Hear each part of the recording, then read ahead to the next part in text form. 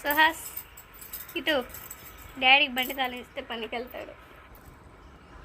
అన్ని నోట్లకు కాదు. హాయ్ చెప్పు. Hello guys, good morning. Hello guys, సత్కపారా. Hello guys. చేయమంటే ఒక సత్కపార అంటారు. డాడీ బండి తాళం ఇస్తే పనికి వెళ్తాడు. డాడీ బండి తాళం ఆ చేపలు వస్తే మనం 100 రూపాయలు ఇవ్వాలిగా. బుక్స్ కింద ఉండే మచ్చల బుక్లో ఉండే డబ్బులా? మచ్చల బుక్లో డబ్బులు ఉన్నాయి కానీ సరే ఇస్తా. మా ఖర్చులకి తినే కొనుక్కోవడానికి దాంట్లో 500 ఉండే కాజేయండి. సరే మంచివాడివి.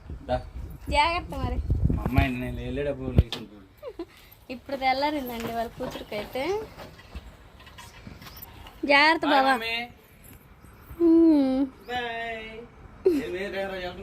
సరే మరి జాగ్రత్తగా వెళ్ళి నిదానంగా.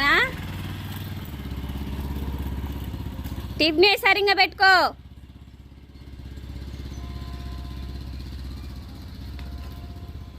బావ అయితే పనికి వెళ్తున్నాడు. మన పని ఉంది. సుహాస్ని నిద్ర కూర్చేయాలి, అంట్లు వేసుకోవాలి, బట్టలు ఉతికేసుకోవాలి. ఇవన్నీ ఏం లేవులేండి, నైటే చేసేసుకున్నాను కదా, ఏం లేవు. నిదానంగానే అదిగోండి ఇల్లంతా బూజు పట్టింది కదా, బూజు దులిపేసుకొని కల్లాపై చల్లేసుకోవాలి. స్ప్రింగ్ సమ్మర్ వేసింది కదా, భోజనం పెట్టేసి సుహాస్కి కూడా పెరుగన్నం కానీ కర్రీతోనే పలుసుగా పెడుతుంటే తింటా ఉన్నాడు. ఇద్దరు పిల్లలకి భోజనం పెట్టేసి స్నానం చేసి నిద్రకి వేసిన తర్వాత ఈ బూజు దులిపేసుకోవటం, గల్లాపు చల్లుకోవటం ఆ విధంగా చేసుకుంటాను. సరేనా, నాకు కూడా ఫుల్ ఆకలిగా ఉంది.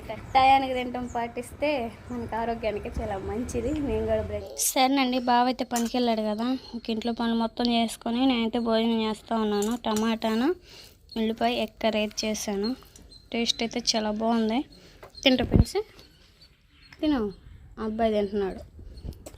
సరేనా, ఇంకే కర్రీ మొత్తం టేస్ట్ అయితే చాలా బాగుంది. భోజనం చేసేసి బూజు దులిపేసుకుంటాను. ఇంకా ఉదయం లేవటం, మా ఆయన పనికి వెళ్ళటం, ఇంట్లో పనులు మొత్తం అన్నం కూరలతో సహా చేసేసి మా ఆయన్ని పనికి పంపించేసి పిల్లల్ని స్కూల్ ఉంటే స్కూల్కి పంపించేయటం, స్కూల్ లేకపోతే పెందలాడే స్నానం చేపించేసి నిద్రపుచ్చటం. ఈ గుండెబ్బాయి అయితే ఈ విధంగా ఆటలాడుకోవటం.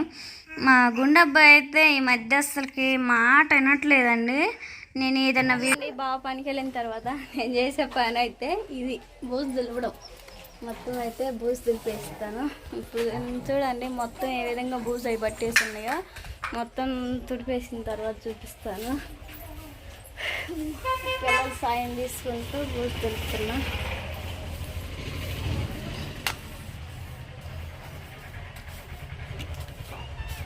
బావ ఉన్నప్పుడు చెప్పా, ఉన్నప్పుడు దులుపు బావా, నాకు బూజు తొలపటం చాలా ఇది కానీ అందదు, మంచం వేసుకొని ఇంకా బూజు తొలపాల్సి వస్తుంది.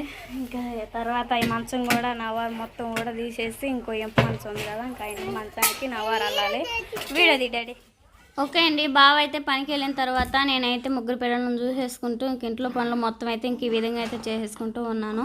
మొత్తం అయితే బూజు పట్టేసింది కదా, వచ్చిన కాడి నుంచి ఇల్లు కడిగేసుకోవటం, తుడుచుకోవటం, ఇంకా అవి ఇవి గ్రీన్ మ్యాట్ అవి కట్టేసుకున్నాం. కానీ నిన్నటితో గ్రీన్ మ్యాట్ కట్టడం అయిపోయింది. ఇంక వాళ్ళతో అయితే బూజు తొలపడం కూడా అయిపోవాలని చెప్పేసి మొత్తం అయితే ఇంకా ఆ విధంగా పిల్లలు అయితే వీడియో తీస్తూ ఉన్నారు, నేనేమో ఇంక బూజు అయితే తులిపేస్తూ ఉన్నాను.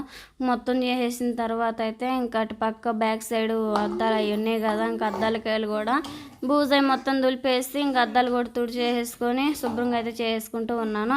ఇంకా ఈ మెల్ల మొత్తం కల్లాపు చల్లాలంటే పేడ అయితే చాలా అవసరం అండి. ఇంక అందుకని చెప్పేసి మొత్తం ఒకసారి గ్యాస్కి వచ్చేసుకొని సాయంత్రం పూట అయితే కల్లాపు చల్లేసుకుంటే మనకి మార్నింగ్ చూడడానికి చాలా బాగుండిద్ది.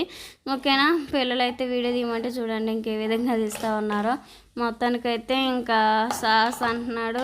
సరే అండి, మా అమ్మ అయితే బయట దుడిపేసింది, లోన కూడా దుడవాలని చెప్పేసి కిల్లు మొత్తం చూపిస్తూ ఉన్నాడు. ఇంట్లో అంతా బాగానే ఉంది. ఇంక ఇటు పక్క వచ్చేసి ఇంకా అద్దాల పక్క కూడా బూజు మొత్తం పట్టేసింది. అక్కడ కూడా బూజు దులిపేసుకొని ఇంక అద్దాలు మొత్తం నీట్గా దుడిచేసుకుంటే సరిపోద్ది. ఇంక ఇంటి వెనక మొత్తం ఉన్నాయి కదా, ఆ విధంగా చేసేసుకున్న తర్వాత మొత్తం ఇల్లు మనం ఉన్నన్నాళ్ళు మందే కదండి, అందుకని చెప్పేసి మా శుభ్రంగా అయితే చేసుకుంటూ ఉన్నాను.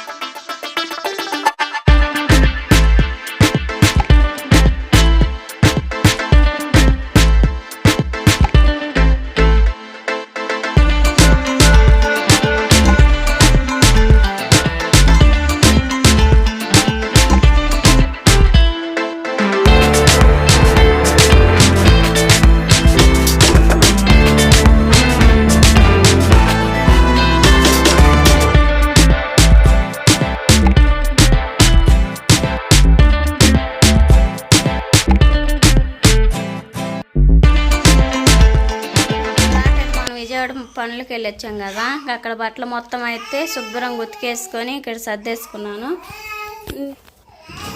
ఇంకా ఇవ్వండి, మొత్తం వచ్చేసి నా శారీస్ మొత్తం వచ్చేసి శారీస్ అండి. ఇవి కూడా మొత్తం ఒక రోజు రిస్క్ అనుకోకుండా మొత్తం ఉతికేసుకొని కంపోస్ట్లో పెట్టేసుకొని మడతేసుకొని ఈ విధంగా పెట్టేస్తాను. సరేనా, డోరేరా ఇల్లు మొత్తం బూజు తులిపేసినట్టే. బయట కూడా ఇప్పుడు చూడడానికి బాగుంది మనకి.